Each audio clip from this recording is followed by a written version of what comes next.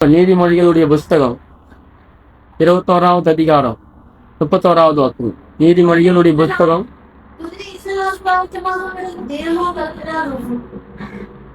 குதிரை யுத்த நாளுக்காக ஆயசமாக்கப்படும், ஜெயமோ கர்த்தரால் வரும். நாம் ஒரு வித்தியாசிக்கப்பட்டதான கூட்டத்துக்காக இந்த நாட்களில் ஆயசமாய் கொண்டிருக்கிறோம்.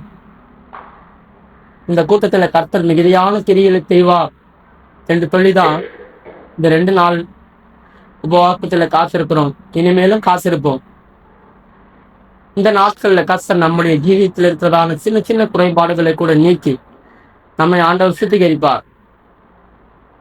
நம்மை ஆண்டவர் தகுதிப்படுத்துவார். நம்முடைய பாத்திரத்தை சுத்தமாக்குவார். அது மூலியமா கர்த்தர் நம்மை கொண்டு கிரியை செய்வார். ஆகவே சின்ன சின்ன குறைகள் கூட நம்மை ஆராய்ந்து பார்த்து நம்மை சுத்திகரித்து கொண்டா கண்டிப்பா நம் நடுவிலே ஒரு அற்புதங்களை நடத்துவார்.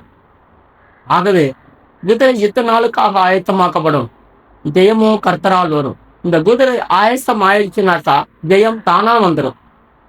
இப்ப இந்த குதிரையை எப்படிதான் ஆயத்தப்படுத்துறாங்க? இந்த குதிரைக்கு முதலாவது பயம், திகில், இப்படிப்பட்டதான காரியங்கள் போகணும், கவலைகள் போகணும், தன்னை செலுத்ததான காரியங்கள் போகணும். இப்படிப்பட்டதான காரியங்கள் எல்லாம் இதை கொஞ்சம் கொஞ்சமா வெளியே அனுப்புறாங்க. இப்படிப்பட்டதான காரியங்கள்லாம் போகும்போது இதை இழைத்து போகுதா, சோர்வடைந்து போகுதா, அல்லது இதுக்கு காயம் படும்போது அது களைத்து போகுதா, இதெல்லாம் கவனிப்பாங்க. அப்படிப்பட்டதான காரியங்களுக்குள்ள எந்த அளவுக்கு அது தன்னை நிலைச்சு காப்பாற்றி கொள்ளுது, இதெல்லாம் பார்க்கும்போது இது யுத்தத்துல ரெடி ஆகும், இது யுத்தத்துல நமக்கு பிரயோஜனமா இருக்கும் அப்படின்னு தெரிஞ்சா மாத்திரம்தான் அந்த குதிரை வீரன் அந்த யுத்தத்துல கொண்டு போவான். அப்படி இல்லைன்னா அதை கொண்டு போக மாட்டான். நிறைய குதிரையுடைய தொடையில ஒரு எழுத்து மாதிரி ஒரு தூடு வைப்பாங்க. அந்த தூடு வைக்கும் போதே அந்த எழுத்து விழும். இந்த குதிரை என்னுடையது, அந்த ஒருவேளை அந்த மனுஷனுடைய எழுத்து போடலாம், இல்ல அவனுடைய கம்பெனியுடைய எழுத்து போடலாம். ஒரு அரிசியில தூடு வைப்பாங்க. அது நிறைய குதிரைகளுக்கு வைப்பாங்க. சில கம்பெனிகள்ல, சில ஒர்க் ஷாப்புங்கள்ல அந்த காலத்திலே கூட இருக்கலாம். இப்படிப்பட்டதான காயங்களை படிச்சு அந்த குதிரை தோர்ந்து போகுதா, அந்த குதிரைகளுக்கு எதனா ஒரு காரியம் உண்டாகுதா, இதையும் பார்ப்பாங்க. அதை போல நாம ஆயத்தப்படுறோம் தெய்வத்துக்காக அப்படின்னாக்கா சில நேரங்கள்ல நாம கூட சோதிக்கப்பட்டுவோம். இப்படி நம்முடைய மனசு பாதிக்கப்படலாம், நம்முடைய இருதயம் பாதிக்கப்படலாம், ஒரு சில நேரங்கள் நம்முடைய சரீரம் கூட பாதிக்கப்பட்டுடலாம். இப்படி பாதிக்கப்பட்டா கூட நம்முடைய குறி எதுவா இருக்கணும்? தாங்குவேன், இதையும் தாங்குவேன், இனிமேலும் தாங்குவேன், இன்னமும் தாங்குவேன். இப்படிப்பட்டதான தாங்கக்கூடியதான தன்மை நமக்கு வரணும். ஏன்னா நம்ம ஆயத்தமாகறோம் சொல்லி போய் ஒரு சின்ன கஷ்டம் வந்த பேர் அதை கூட சைத்து முடியல, அதை கூட தாங்க முடியல அப்படின்னு சொன்னாக்கா இந்த குதிரை லாய்ப்படாது.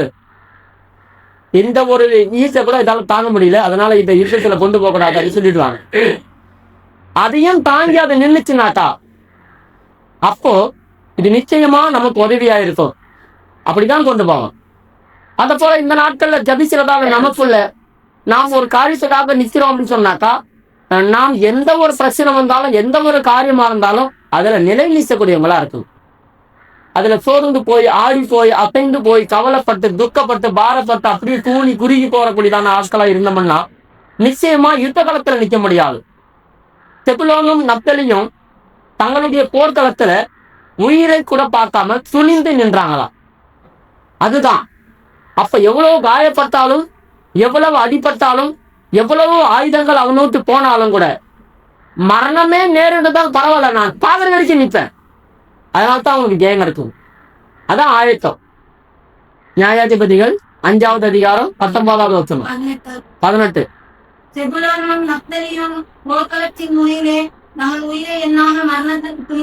தங்கள் உயிரை கூட அவங்க எண்ணல, மரணத்துக்கு துணிஞ்சிட்டாங்க. அப்படி யார் துணிறாங்களோ அவங்களுக்கு தான் ஆண்டவர் ஜெயத்தை தருவா. இவங்க 2 பேரை மட்டும்தான் அந்த இடத்துல விசேஷமா சொல்லியிருக்கு.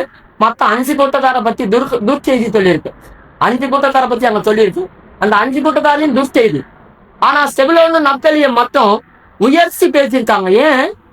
அவர்கள் தேவனுக்காக ஜீவனை கொடுக்க வந்தவங்க, எல்லா காரியத்திலையும் தங்களை ஆயத்தப்படுத்தி கொண்டவங்க.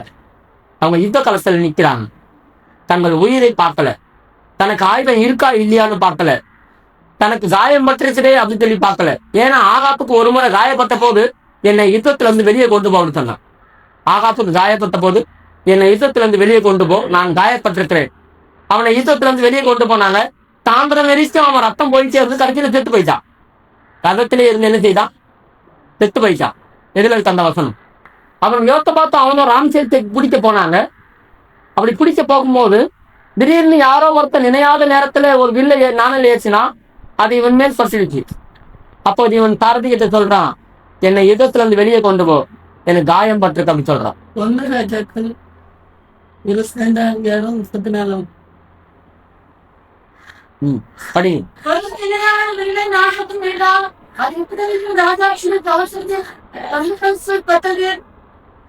அப்பொழுது அவன் தன் சாட்சியை காசு நீ திரிஞ்சு என்னை ராணுவத்துக்கப்பா சொல்லிப்போ, எனக்கு காயம் பட்டது என்றான். இப்படிப்பட்டதான் ஆட்கள் யுத்தத்துல நிற்க முடியாது, அவங்க செத்து போயிடுவாங்க.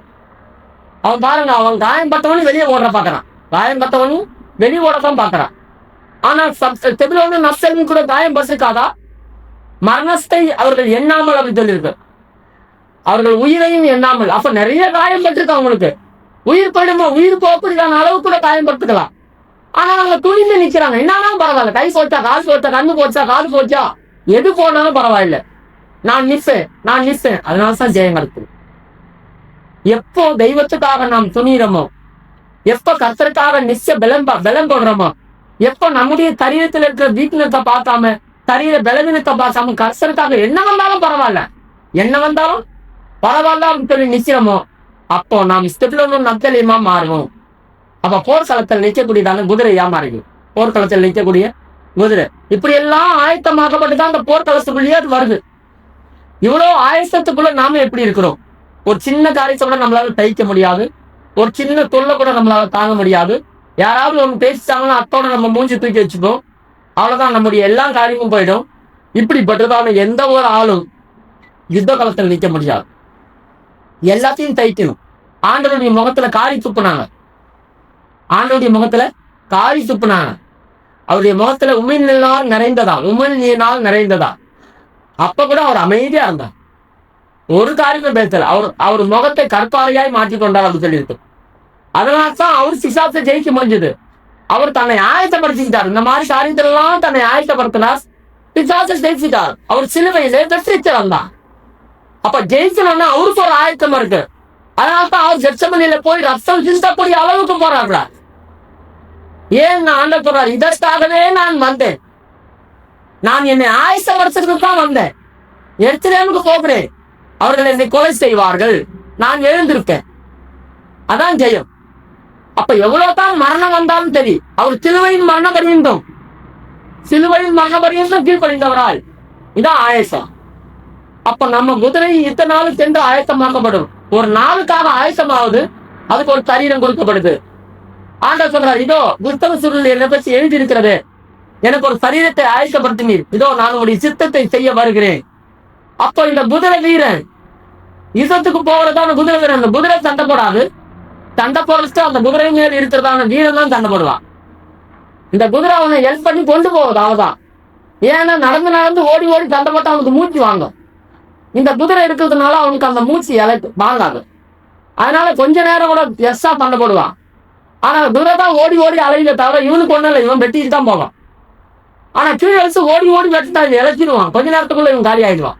அதுதான் அந்த குதிரையை யூஸ் பண்றாங்க. அப்ப இந்த குதிரை தான் அவனை ஓடி அலைஞ்சு இது பண்ணுது. அப்ப இந்த குதிரை மேல ஏறி இருக்கிறதால இந்த வீரனுக்கு தெரியும், இது யூஸ் ஆகும், கண்டிப்பா இது நம்மளை காப்பாற்றும், இது நம்மளை உதவி செய்யும் அப்படின்னு சொல்லி குதிரை சண்டை போடல.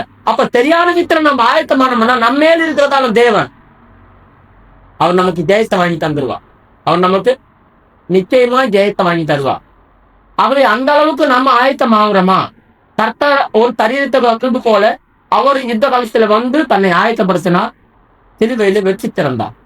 என்ன ஆனாலும் பரவாயில்ல, எந்த ஒரு நிலவரத்திலையும் நான் எந்த காரியத்திலையும் முகம் போனாம, கசப்பு தன்மையை வெளியே காட்டாம எல்லா காரியத்தையும் அட்ஜஸ்ட் பண்ணிக்குவேன், எல்லா காரியத்தையும் ஏத்துக்குவேன், எல்லாம் தேவனுடைய வாசை தான். இப்படிப்பட்டதான காரியங்களுக்குள்ள நாம் இப்படியே நடந்து கொஞ்சம் கொஞ்சமா போனோம்னா அக்கறை அடைஞ்சிடலாம், ஜெயம் கிடைச்சு. நாம அந்த மாதிரி ஒரு ஆயத்தம் இல்லை. அதனால இனி இந்த நாளிலாவது இந்த கூட்டத்துக்காவது உங்களை ஆயத்தப்படுத்திக்கிங்க. யாருக்குடியாவது சமாதானம் இல்லைன்னா சமாதானம் ஆகுங்க.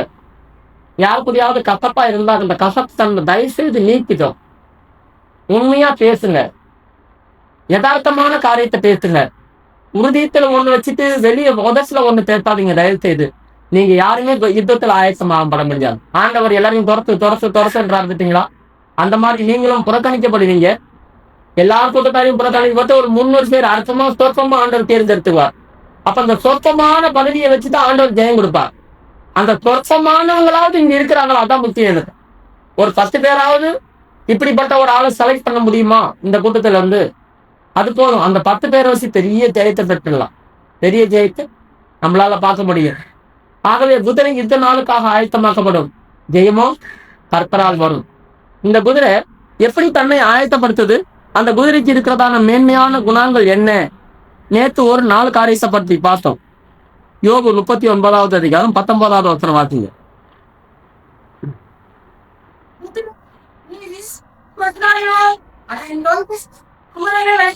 குதிரைக்கு நீ வீரியத்தை கொடுத்தாயோ, அதன் தொண்டையில் நீ குமுறலை வைத்தாயோ. குதிரைக்கு ஒரு வீரியம் இருக்கு. வீரியம் சொல்றது என்ன?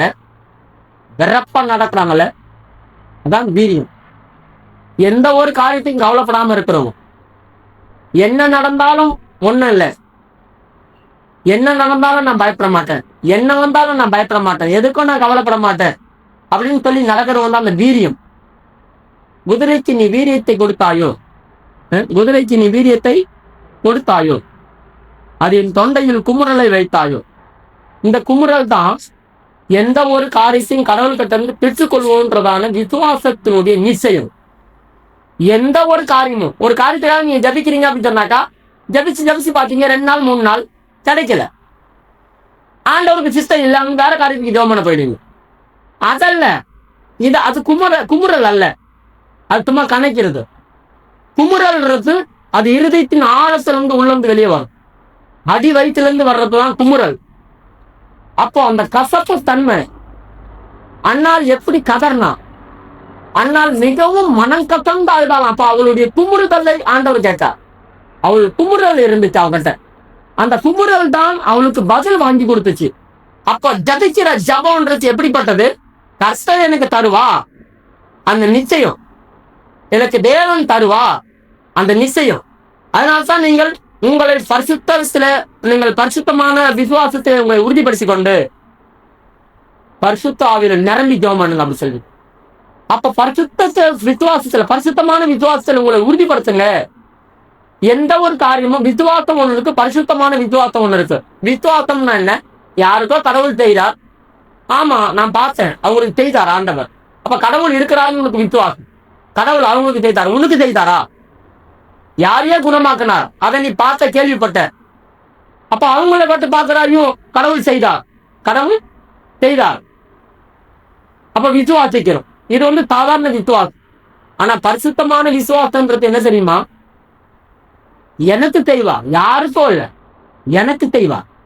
மற்றவங்களுக்கு செய்து தரான் கேட்கிறேன், மற்றவங்களுக்கு செய்து தரான் பார்க்கிறேன், அது அல்ல, அது விசுவாசம் தான். மகா பரிசுத்தமான விசுவாசத்துல உங்களை உறுதிப்படுத்தி கொண்டு, அப்ப நான் என்ன உறுதிப்படுத்துறேன், எனக்கு ஆண்டவர் செய்வார். அப்படி உறுதிப்படுத்தி கொண்டு பரிசுத்த ஆவியில நிரம்பி ஜெபம் பண்ணுங்க. அதான் நம்பிக்கை. இதான் அந்த குமுறல். இந்த குமுறல் நமக்குள்ள இருந்துட்டே இருக்கும். அதனால்தான் அது தொண்டையிலே குமுறலை வைத்தாயோ அப்படி சொல்றார். இந்த குமுறலை தொண்டையில வைத்தாயோ. அப்ப இந்த குமுறலை ஒவ்வொரு விசுவாசிகளுக்கும் ஆண்டவர் வச்சிருக்கிறார். அது அவங்களுக்கு தெரியல. கடவுள்கிட்ட கேட்கிறோம், குமுறலோடு அல்ல, ஒரு வேதனையோடு கேட்கறது இல்ல. எதுவோ எல்லாரும் ஜபிக்கிற மாதிரி நாம நம்முடைய கஷ்டத்தை சொல்றோம். எல்லாரும் ஜபிக்கிற மாதிரி நீ கஷ்டத்தை நீ சொன்னா பிரோஜனம் இல்லை. ஆண்டவரே எல்லாரும் ஜபிக்கிறாங்க, ஆனா நான் அவங்க மாதிரி நான் ஜபிக்க மாட்டேன், வேதனையோடு ஜபிப்பேன். எல்லாரும் ஜபிக்கிறாங்க, அந்த மாதிரி நான் ஜபிக்க மாட்டேன், பரிசுத்த ஆவியில நிரம்பி நான் ஜபிப்பேன். எல்லாரும் ஜபிக்கிறாங்க, அவங்கள மாதிரி இல்லை, நான் விசுவாசத்தில் நிரம்பி ஜபிப்பேன். ஆண்டவர் எல்லாரும் ஜபிக்கிறாங்க நார்மலா, நான் அப்படி ஜபிக்க மாட்டேன், என்னுடைய ஜபம் கொஞ்சம் வித்தியாசம் டிஃப்ரெண்டா இருக்கும். அதுதான் நம்மளை எல்லாரும் விட வேறு குறிச்சு காட்டணும். ஒருத்தவங்க ஜபிக்கிறாங்கன்னாக்கா அந்த மாதிரி நீ இல்ல, உன்னை தனியா தெரியணும், நீ தனியா தெரியணும், அந்த போல ஜபி. அதான் குமுறல். நாம நம்முடைய கஷ்டத்தை நார்மலா சொல்லிட்டு போறோம் ஆண்டவர்கிட்ட, அந்த ஜபத்தை ஆண்டவர் கேட்க மாட்டார். உன் குமுறல், உன் வேதனை அடி வயிற்றிலிருந்து இருதயத்தின் ஆழத்திலிருந்து வரும் அந்த வேதனை, அந்த வேதனையோடு ஜெபிக்கும் போது தானாவும் இருதயம் உடைஞ்சிடும். உன் கண்ணில் தண்ணி ஊத்தும் தாரதாரியா, அடக்க முடியாது. அப்படி நீ ஜெபம் பண்ண ஆரம்பித்த அந்த ஜபம் தான் குமுறல். நொறுங்குண்டதையும் நறுங்குண்டதையும் ஆண்டவர் என்ன செய்ய மாட்டார்? புறத்தணிக்க மாட்டார். இந்த குமுறலை கர்த்தர் ஒரு நாளும் புறத்தணிக்க மாட்டார். இப்படி யாரு ஜபிக்கிறாங்களோ அவங்க எந்த ஒரு காரியமா இருந்தாலும் ஆண்டவர்கிட்ட பெற்றுக்கொள்வாங்க. எந்த ஒரு காரியமா இருந்தாலும் ஆண்டவர்கிட்ட ஜெயத்தை பெற்றுக்கொள்வாங்க. இந்த அனுபவம் நமக்குள்ள இருக்கணும். ரெண்டாவது, அதை ஒரு வெட்டுக்கிளியை மிரட்டுகிறது போல மிரட்டுவாயோ அப்படி சொல்லியிருக்கு. ஒரு வெட்டுக்கிளியை மிரட்டுவது போல அதை மிரட்டுவாயோ. எந்த ஒரு காரியமும் சரியான விசுவாசிகளை பயமுறுத்தா. தேவனுடைய ரத்தத்தை கையில எடுத்த நீ மரணம் நேரிடுகிறானாலும் தங்கள் சாட்சியின் வசனத்தை கொண்டு ஆசுகுட்டியின் ரத்தத்தை கொண்டு அவனை ஜெயித்தார்கள். மரணமே நேரிடுகிறானாலும் உன்னை கொலை பண்ண வந்தா கூட, பயமுறுத்தினா கூட, மரணமே வந்தாலும் கூட ஆட்டுக்குட்டியின் ரத்தம் என் கையில இருக்குது, கடவுளுக்கு சாட்சி அணிச. அதுதான். அப்ப அவர்கள் சாட்சியின் வசனத்தினாலும் ஆசுகுட்டியின் ரத்தத்தினாலும் அவனை ஜெயித்தார்கள். யார? பேய. அப்ப இவங்க ஆயத்தம் ஆகி போய் நிக்கிறாங்க, ரத்தத்தை கொண்டு போய் நிக்கிறாங்க. இவங்களுக்கு ஒரு சாட்சி இருக்கு, இவங்க கிறிஸ்தவர்கள். அதான் ஆயத்தம். இவர்கள் ஆண்டவரை பின்பற்றுறவங்க. இந்த அனுபவம் யாருக்கிட்ட இருக்குதோ அவங்களுக்குள்ளதான் இந்த குமுறல்ல ஆண்டவர் இருப்பார். அவங்களுதான் யாரும் மறைக்க முடியாது, யாரும் பயமுறுத்த முடியாது. ஆண்டவர் சொல்றாரு, இந்த குதிரையை பத்தி பேசிட்டு வருது, புதிய ஏற்பாட்டு சபையை தான் ஆண்டவர் பேசிட்டு வர்றாரு. அப்ப ஒரு புதிய ஏற்பாட்டு சபையில இருக்கிறதான ஒரு ஆள் ரத்தத்தினால நீக்கப்பட்ட ஒரு ஆளா இருந்தா தன் சாட்சியின் வசனம், இந்த சாட்சியின் வசனம் சொன்ன என்ன படிங்க, வெளிப்படுத்தல் விசேஷம் 12வது அதிகாரம் 11வது வசனம்.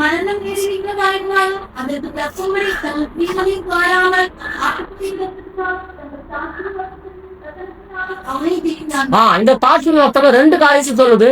ரத்தம் ஒரு காரியத்தை சொல்லுது. ரத்தம் உன்னை தேவன் ஜீவனை கொடுத்து ரட்சித்த அனுபவத்தை சொல்லுது. இந்த உலகத்திலே பாவத்திலிருந்தும் பித்தாப்பிலிருந்தும் உன்னை விடுதலையாக்குறதான அனுபவம் தான் இந்த ரத்தம். இந்த சாட்சியின் வசனம் சொல்றது என்ன? அது ஞானஸ்தானத்தையும் பரிசுத்த ஆவியையும் குறிக்குது. இந்த 3 அனுபவத்துல வந்தவங்க சாத்தானை ஜெயிக்கலாம். ஏன்னா அவர்கள் வசனத்தின்படி அவர்கள் என்ன செய்தாங்க? ஞானஸ்தானம் பெற்றார். இவளை அறிந்து நீ இன்னும் ஞானஸ்தானத்தை விளக்கலாமா? எழுந்து ஞானஸ்தானம் எடு அப்படி சொல்றாங்களே. அவர்கள் வசனத்தைப்படி ஞானஸ்தானம் எடுத்தாங்க. இந்த சாட்சின்னு சொல்றது என்ன? நீங்கள் பரிசுத்தாவி பெற்ற போது பூமி எங்கும் எனக்கு சாட்சிகளாக இருப்பீர்கள். அவ பரிசுத்தாவியும் பெற்றாங்க. இந்த வசனத்துல இந்த 2 அடங்கி இருக்கு. ஞானஸ்தானமும் பரிசுத்தாவின் அபிஷேகமும். இது 2ஐயும் பெற்றவங்களுக்கு பயமே இருக்காது. அபிஷேகம் பெற்றவங்களுக்கு பயம் இல்லை. 4 பேருக்கு முன்னால பேதுரு பயந்தான்.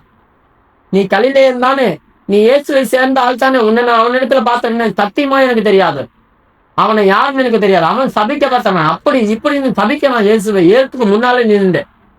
தேவன் பக்கத்துல இருக்கிறாரு, அவர் பக்கத்திலேயே இருந்துட்டு சபிக்கிறான் ஆண்டவரை. இவ்வளவு பயம் இருந்தவன் திடீர்னு பரிசுத்தாவி சென்ற போது எழுந்தி நின்று 3000 பேருக்கு முன்பாக அறிக்கைக்கிறான், நீங்க கொலை செய்த இயேசு கிறிஸ்துவனுடைய ஆவிதான் எங்களுக்கு இப்படி தந்தது அப்படி சொல்றான். இந்த தைரியம் எப்படி வந்தது? 4 பேருக்கு முன்பாக பயந்து நடுங்கினவன் 3000 பேருக்கு முன்பாக எழும்பி நின்று நீங்கள் செய்ததான கொலை செய்ததான இயேசு கிறிஸ்து தான் எங்களுக்கு இப்படிப்பட்டதான அபிஷேகத்தை தந்தா சொல்லிட்டோம். நீங்க தான் ஆண்டவர் கொலை செய்தீங்க. இந்த தைரியம் அவன் கிடைச்ச பரிசுத்த ஆவியில கிடைச்சது. அப்ப அவன் பயப்படவே மாட்டான். அப்ப இந்த குதிரைகளை வெற்றி கிளிகளை மிரட்டுகிறது போல மிரட்ட முடியாது. பயப்படுற ஒரு ஆளு தான் விசுவாசி கிடையாது. முதலாவது நீ அபிஷேகம் பெற்றியா, முதலாவது உனக்கு தைரியம் வரணும். தைரியம் இல்லாத ஒரு ஆள் விசுவாசி கிடையாது. நீ யுத்தத்துல நிக்க முடியாது. ஏன்னா இந்த குதிரையை மிரட்டிட்டாங்க யாராவது இருந்தாக்கா, இந்த குதிரை மிரண்டதும் மேல கிழமும் செத்தான், குதிரையும் செத்து போயிடும். எந்த குதிரையை மிரட்ட முடியாத அந்த குதிரையை மட்டும்தான் யுத்தத்துல கொண்டு போவாங்க. குதிரை மிரண்டு ஓடுது, பயப்படுது அப்படின்னு சொன்னாக்கா, அலெக்சாண்டர் ஒரு குதிரையை வச்சிருந்தான். அதை அவன் அப்ப வாங்கினான். அந்த குதிரை யாருக்கும் அடங்காது, யாராலையும் கட்டுப்படுத்த முடியாது. அப்போ அலெக்சாண்டர் 14 வயசுல அவன் சொல்றாங்க, இந்த குதிரையை நான் அடக்கிறேன். அவங்க அப்பன் சொன்னானா, இந்த குதிரை யாராலையும் அடக்க முடியாது, நீ என் பையனா பிறந்திருக்கிற, அவமானமாயிடும், வேணாம் கிரவுண்ட்ல வச்சுதான் அடக்கணும். இல்ல நான் அடக்கிறேன். அவன் துணிஞ்சு போயிட்டான். கிரவுண்டுக்குள்ள வந்தான். அது கருப்பு குதிரை, அவ்வளோ வயசுல நிக்குது. அந்த குதிரை ஏன் பயப்படுது? அதுக்கு வரும்போது உடனே துள்ளுது. ஒரு 7 பேரை பிடிச்சி இழுத்துட்டு கிடக்குறாங்க. அப்ப அது ஏன் பயப்படுது அப்படின்னு சொல்லி பார்த்தாங்க. அந்த குதிரை அதோடைய நேலை பார்த்து பயப்படுதான். அதோடைய நேலை பார்த்து அது பயப்படுதான். அதனால அதோடைய நேல் அது கண்ணுக்கு தெரியாத அளவுக்கு திருப்பினான். அந்த குதிரையை திருப்பும் போது அடங்குச்சான். ஏறி உட்காந்து ஒரு ரவுண்ட் அடிச்சுட்டு வந்துட்டாங்க. அவங்க அப்பா ஆச்சரியப்பட்டான். முதலாவது இது என்ன பண்ணுது, எதுக்காக பயப்படுது, இந்த குதிரை பயப்படுது, நிறைய ஜாதி எதுக்கு பயப்படுது, அதைத்தான் அவன் யோசித்தான். அலெக்சாண்டர் ஒரு பெரிய பராக்கிரமசாலி கிடையாது. அலெக்சாண்டர் ஒரு பெரிய யுத்த வீரன் கிடையாது. அவன் எப்படி தெரியுமா ஜெயிச்சான்? எல்லாத்தையும் தந்திரத்தினாலதான். ஒரு பெரிய முகமதியர் ராஜா சுல்தான் அவன் சண்டை போட்டு இருக்கிறான். அலெக்சாண்டர் குள்ளமா இருக்கிறான், கட்டையா. அவன் பணமரம் தைரியத்தில் இருக்கிறான். இவன் மட்டும் இவன் போய் சண்டை போடுறான். அவனை ஜெயிக்க முடியாது. அலெக்சாண்டர் சாவடிக்க போறான். அவன் உடனடியே அலெக்சாண்டர் என்ன சொன்னா, தளபதி குத்திராத, அவனை பின்னால சாவடிக்கூடாது அப்படின்னு சொல்லிட்டான். பின்னால வந்து குத்தாத அப்படின்னா, பின்னால வந்து குத்தாத இவன் இங்கன்னு சொல்லும் போது இவன் பின்னால வந்து யாரும் நம்ம வெட்ட வராங்கன்னு திரும்பினா இவன் குத்திட்டான். பாத்தீங்கன்னா அப்படித்தான் இவன் கொண்டானே தவிர அவனை டைரக்டா கொல்ல முடியல. எல்லாமே தந்திரத்துல தான் அவன் ஜெயிச்சே வந்தான். ஆனா மகா அலெக்சாண்டர் சொல்றாங்க தந்திரத்தினால எல்லாத்தையும் குடிச்சிட்டு வந்தான். ஆனா அவனோடு இருந்ததான அத்தனை போர்ச்சவகரம் பராக்கிரமசாலிகள் யுத்தத்துக்கு தங்களை ஆயசப்படுத்திக்கிட்டாங்க. அதை போல ஒவ்வொன்றையும் அவன் ஆய்ந்து பார்த்து இப்ப இந்தியாவுக்குள்ள வந்தான். இந்தியாவுக்குள்ள வந்ததுனால ஏனப்படைகள் இருந்துச்சான் அதிகமா. இந்த ஏனப்படைகளை வச்சுட்டு அவனை ஜெயிக்க முடியாது. அவன் வச்சிருச்சு குதிரை படை தான். இந்த யானைப்படையை ஜெயிக்க முடியாது. அதனால என்ன பண்ணான் தெரியுமா, இந்த குதிரை கூடிய கால் தடங்கள்லாம் இருக்கல, இந்த லாடம், அந்த இரும்புகளெல்லாம் எடுத்து உருக்கி பந்து மாதிரி ஆக்கினாங்க.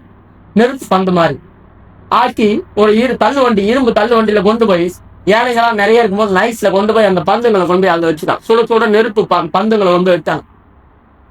அதுக்கு முன்னால வச்சவொடனே இந்த யானைங்க ஒண்ணு எடுத்துருச்சு அது கையில. நெருப்பு குழம்பு எடுத்தா என்ன ஆகும், அது போட்ட பூச்சல்ல எல்லாம் யானைக்கு மதம் பிடிச்சி ஓடி போச்சு. அதுக்கப்புறமா நைட்டாக போய் யுத்தம் பண்ணி ஜெயித்தாங்க. அப்படி இல்லைன்னா இந்தியாவுக்குள்ள அந்த ராஜாவானால் ஜெயிச்சிருக்க முடியாது. அப்போ ஒவ்வொன்றும் தந்திரமா தான் இவன் ஜெயிச்சுட்டு வந்தான். ஒவ்வொரு சாரிக்கும் யோசிக்கிறான். அப்போ இந்த குதிரையை யாரும் மிரட்ட முடியாதுன்னு சொல்லியிருக்கல. இந்த குதிரை எதனாலும் மிரளுது, ஏன் பயப்படுது, பயம் எங்க இருந்து வருது, இதை நீங்க ஆராய்ச்சி பாருங்க. ஒரு ஊழியக்காரர் அவருடைய காட்சியில, அவர் பிரசங்கத்துல அவர் ஒரு காட்சி சொன்னார். அவருக்கு சுகர் வந்துருச்சு. சுகர் வந்த உடனேயும் அவர் நினைச்சாலும் அவ்வளவுதான், நம்முடைய வாழ்க்கை முடிஞ்சு போச்சு அப்படின்னு சொல்லிட்டு அவர் அறியாமே ஒரு பயம் வந்துருக்கு. இந்த பயத்திலேயே தான் இருந்திருக்காரு. எத்தனை மாசம், 6 மாசமா. வரவங்களாம் அதை டெஸ்ட் பண்ணுங்க, இதை டெஸ்ட் பண்ணுங்க, டிபி இருக்கும், அது இருக்கும், இது இருக்கும், இரும்புல வந்துட்டே இருக்கு, பயங்கரமா தாறுமாறா இருக்குது, நிறைய காரியங்கள் சொல்லிட்டே இருக்கிறாங்க. இப்படி இருக்கிறதுனால அவரு என்ன செஞ்சிருக்காரு தெரியுமா, ஒரு நாள் உட்கார்ந்து இந்த பயம் எங்க இருந்து நமக்கு வந்தது, இந்த பயம் எங்க இருந்து வந்தது நமக்கு அப்படின்னு சொல்லி ஆராய்ச்சி பண்ணார். ஆராய்ந்து அந்த பயத்தை கடிந்து கொண்டான ஏசு நாமத்தினார். அதுக்கப்புறமா அவரு என்ன கொடுத்தாலும் சாப்பிட ஆரம்பிச்சாரா. இது வரைக்கும் 6 மாசமா இதுதான் சாப்பிடணும், அதுதான் சாப்பிடணும், இதுதான் சாப்பிடணும் பத்தியத்தில் இருந்தவர் அந்த பயம் அவர் விட்டு போன உடனே எல்லாத்தையும் கொடுங்க, மரிசா ஏசுட்ட போறோம், இந்த ஜீவனை வச்சு இந்த பூமியில எல்லாத்தான் சாதிக்க போறோம், குடி எல்லாத்தையும் வாங்கி சாப்பிட்டாரு. எத்தனையோ வருஷமா உயிரோட தான் இருந்தா. அப்ப நாம் எந்த காரியத்துக்காக பயப்படுறோம்? நீ ஒரு சரியான போர் குதிரையா இருந்தா ஒரு வெட்டுக்கிளியை நரசத்து போல நரச முடியாது. அதுதான் நீ சொல்லியிருக்கு, ஒரு வெட்டுக்கிளியை மிரட்டுறது போல நீ அதை மிரட்டுவாயோ, யாரும் மிரட்ட முடியாது, யாருக்கும் அது பயப்படாது. 2வது கீழ் உள்ள வசனத்துல வாசிக்கிறோம், அதோடைய நாசியில செருக்கை வைத்தாயோ. படிங்க அந்த வசனத்தை படிங்க.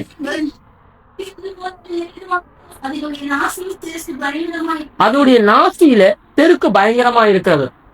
அதோடைய நாசியில இருந்து வர்றதான புகைய ஒரு அனல் உள்ளதா இருக்குமா, அதுதான் பயங்கரமா.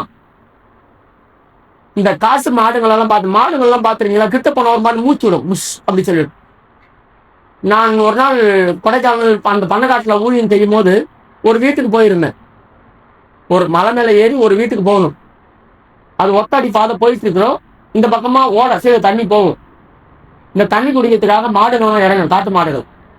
நான் ஒரு மத்தியான டைம்ல தான் போயிருக்கேன். அந்த இடம் இப்பவும் ஜிலோன்னு இருக்கும், அடர்த்தியான இடம். நான் போயிட்டு இருக்கும் போது திடீர்னு அங்க ஒரு மாடு படுத்துட்டு இருந்திருக்கு போல. என் காலடி சத்தம் கட்டணும், அது புஷ் அப்படி சொல்லிடுச்சு. அவ்வளவுதான். நான் ஓடலாம் பாருங்க, ஓட்டம் கண்ணை மூடிட்டு எப்படிதான் ஓடணும்னு தெரியாது, கத்திக்கிட்டே ஓடுறேன். ஜெயராஜ் வருத அவர் அங்க வந்து ஓடும் கத்துறாரு. தெரிஞ்சு போச்சு அவன் நான் பயத்துல ஓடுறேன். அப்புறம் அவன் பையனெல்லாம் அனுப்பிச்சிச்சான். வந்தவனி மாடு துரத்துது. மாடு என்ன துரசல, அது போட்ட சத்தத்துல நான் ஓடுறேன். சரி, நான் நினைச்சு பின்னால ஓடி வரும் போல இருக்குன்ட்டு கண்ணு மண்ணு தெரியாம ஓடினேன் நான்.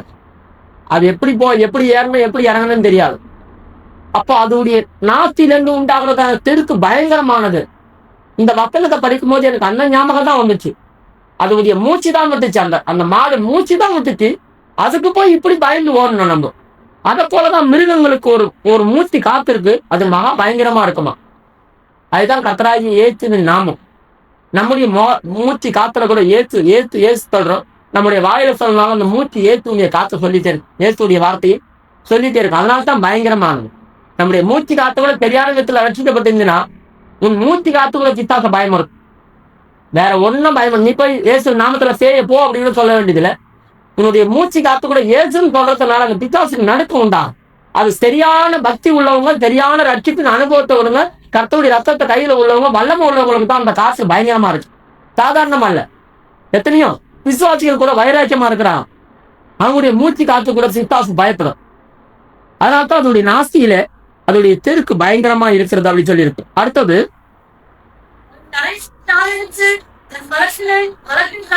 போதும். இந்த இடத்துல சொல்லி இருக்கு அது தரையில சாலடித்து. குதிரை எப்பவும் பாருங்க ஒரு இடத்துல போகும்போது 2 காலையும் தூக்கி தரையில அடிக்கு. ஏன்னா நான் ஒரு இடத்துக்கு ஆயத்தமாகி போறேன். ஒரு இடத்துக்கு நான் ஆயத்தமாகி போறேன். நீ ஒரு காரியத்தை செய்ய போற அப்படின்னு சொன்னாட்டா இந்த பூமியில எந்த காரியமும் உன்னை தடை செய்ய முடியாது. தடைகளை உடைக்கிற அனுபவம் அதுதான். அது தரையில சாலடித்து. அப்ப தரையில எந்த ஒரு காரியமும் இந்த பூமியில உனக்கு எந்த காரியமும் தடையா இருக்கக்கூடாது.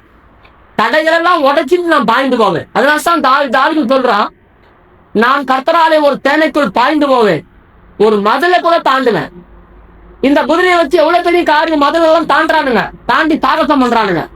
அப்ப இந்த குதிரை மதிலை கூட பார்க்காம தாண்டி போயிடுது. எவ்வளவு பெரியதான தடை வச்சிருந்தாலும் அது தாண்டி போகுது. அதான் சாலடிக்கிற அனுபவம். உனக்கு முன்பாக தடை இருந்தாலும் சரி, தலைச்சலை அவன் கொண்டு வருவான். அதற்கு கிருபை உண்டாதாக சொல்வார்களாக. செருபாபேலே, பெரிய பர்வதம் உனக்கு ஏமாத்திரம், அவைகள் சமபூமி ஆகும் அப்படி சொல்லி இருக்குது. அப்ப பெரிய பர்வதம் கூட கிருபை பெற்றவங்களுக்கு சமபூமி ஆயிடும். கிருபை பெற்றவங்களா இருந்தா அது சமபூமி ஆகும். அப்ப இந்த குதிரை என்ன செய்யுது, தன் கால் அடிக்குது.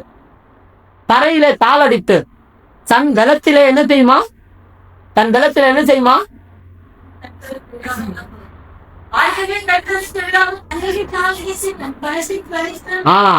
அது தரையிலே தாளடித்து தன் பலத்திலே கழிக்கும். சந்தோஷப்படும். தன் பலத்தில சந்தோஷப்படக்கூடியதான ஒரு அனுபவம் வந்திருக்கு. அந்த பலன் எங்கிருந்து வருது? பரிசுத்தாவி உங்களிடத்துல வரும்போது நீங்கள் பலன் அடைந்து.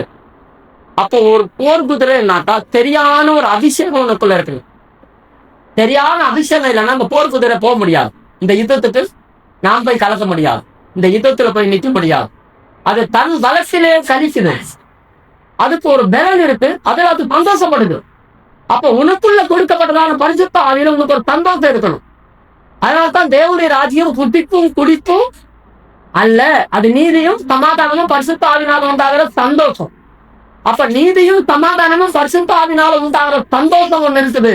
அதான் கழிக்கிறது, சந்தோஷப்படுறது. அது தன்னுடைய பலத்தினால கழிக்குது.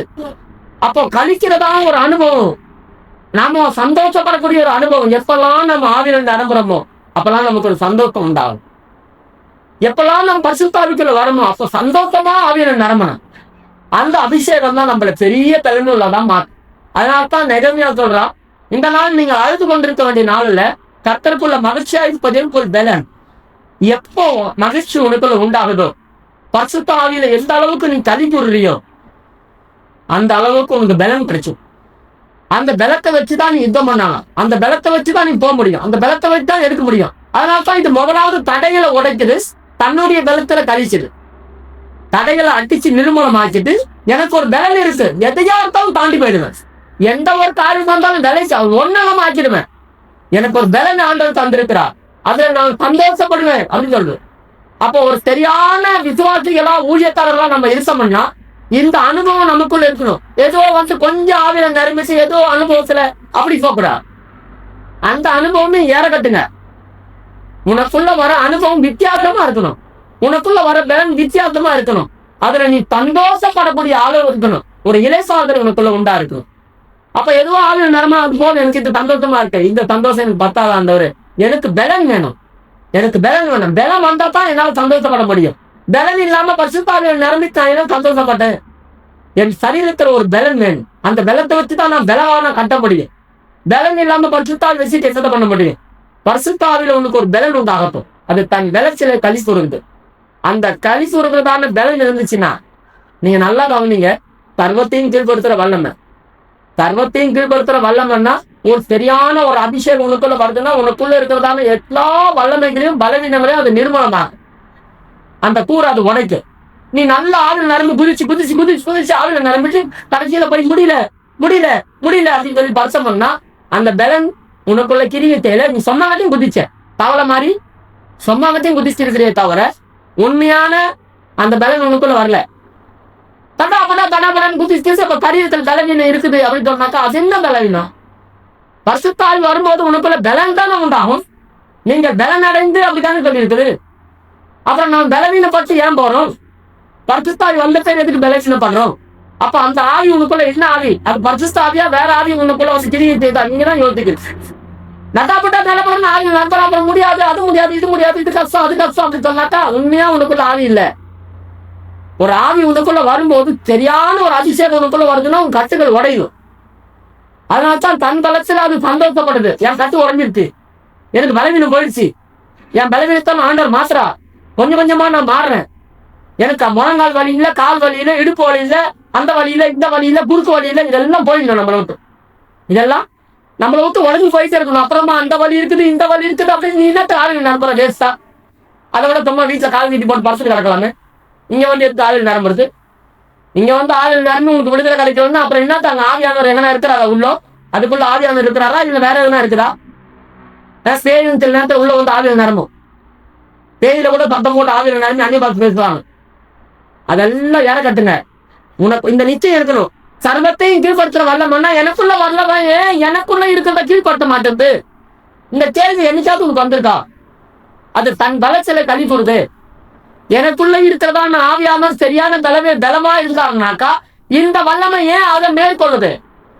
சர்வத்தையும் கீழ்படுத்தணும்னாக்கா இந்த காரியத்தை கீழ்படுத்தி தான் ஆகணும். இதை கீழ்படுத்த முடியாத அந்த ஆவி எதுக்கு எனக்கு அப்படின்னு சொல்லி கேட்கணும். இதை கீழ்படுத்த முடியாம அந்த ஆவி எனக்கு எதுக்கு? ஆண்டவரே இந்த ஆவியை நீ எதுக்கு தந்திருக்கிறீர்? அப்புறம் ஏன் நம்மளுக்கு இந்த கதி இப்படிப்பட்டதான் நிலவரம்? பலவீனம் இன்னும் மாறல, இன்னும் ஒன்னும் ஆகல, இன்னும் தெரியாவல, அது தெரியாவல. அப்புறம் நீ ஏன் குச்சி குச்சி ஆவில் நம்புற? எது குச்சி குச்சி ஆவில் நம்புற? அமைதியா உட்காந்துட்டு எழுந்து போ, ஒன்னும் பேசாத. இந்த மாதிரி இல்லைன்னாக்கா ஒரு விடுதலை வேணும், ஒரு விடுதலை வேணும். நிச்சயத்தோட ஆவில் நரம்புங்க. தன் தளத்தில் அது கழிக்கும். நம்ம கொஞ்ச நேரம் தான் இருக்கு, கொஞ்ச நேரம் ஆவியில் பலன்படணும். நைட்டு கொஞ்ச நேரம் பேசுவோம். இன்னும் சில காரியங்கள் இருக்கு, நைட்டு பேசலாம். என் கண்களை மூடுவோம். ஆண்டவர் சமூகத்தில் உங்களை ஒப்புக்கொடுங்க. நமக்கு வந்து ஆண்டவர் கிரியை செய்யும். நம்மளுக்கு ஒரு பலன் இருக்கு. அந்த பலன் வந்துச்சுன்னா உன் பலவீனம் உடஞ்சுதான் ஆகணும். அது தன் பலத்துல களி கூறும். அது தன் பலத்துல நீ களி கூறுகிறதான ஒரு அனுபவம் உனக்குள்ள வந்துருச்சுனாக்கா உன் பலவீனம் நொறுக்கப்பட்டு தான் போகணும். ஆண்டவரே நான் காலடிப்பேன், எனக்கு எது தடையா இருக்குது அந்த தடையை நான் உடைக்கிறேன். உம்மாலே ஒரு தேனைக்குள் நான் பாய்ந்து போவேன், உம்மாலே ஒரு மதிலை நான் தாண்டுவேன். கர்த்தர் எனக்கு ஒரு புது பலனை தந்திருக்கிறேன், அதுல நான் சந்தோஷப்படட்டும். போராகும் ஆண்டவருடைய சமூகத்துல உனக்கு ஒரு புது பலன் உண்டாகட்டும்.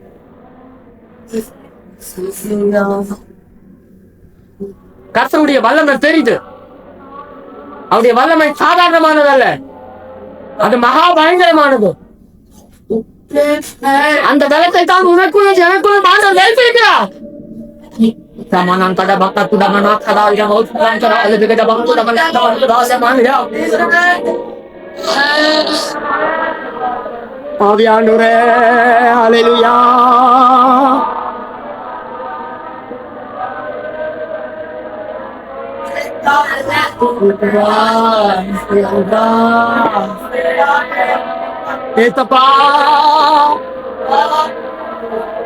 பிரியமானவர்களே, இந்த கூட்டம் நமக்கு வைத்ததே ஒரு நோக்கம் இருக்கு. அந்த நோக்கமே நமக்குள்ள ஒரு உன்னத பலன் உண்டாகணும். உன்னதத்திலிருந்து வர பலன் நம்மை சந்திக்கணும். நம்முடைய கட்டுகளும் உடைக்கப்படணும். நம்மை சார்ந்து வருகிற ஜனங்களுடைய கட்டுகளும் உடைக்கப்படணும். இந்த ஜபத்துல நான் ஒரு முக்கியத்த ஒரு ஆளா இருக்கணும். இந்த பிரசல் ஜபத்துல கர்த்தர் என்னை தோன்று எல்லாரும் ஒரு சிறிய செய்யணும். என்னை ஒரு கருவியாய் மாற்ற ஆண்டவரே என்று சொல்லணும். கர்த்தருடைய கருத்துல இருக்கிற ஒரு ஆசார மாறியே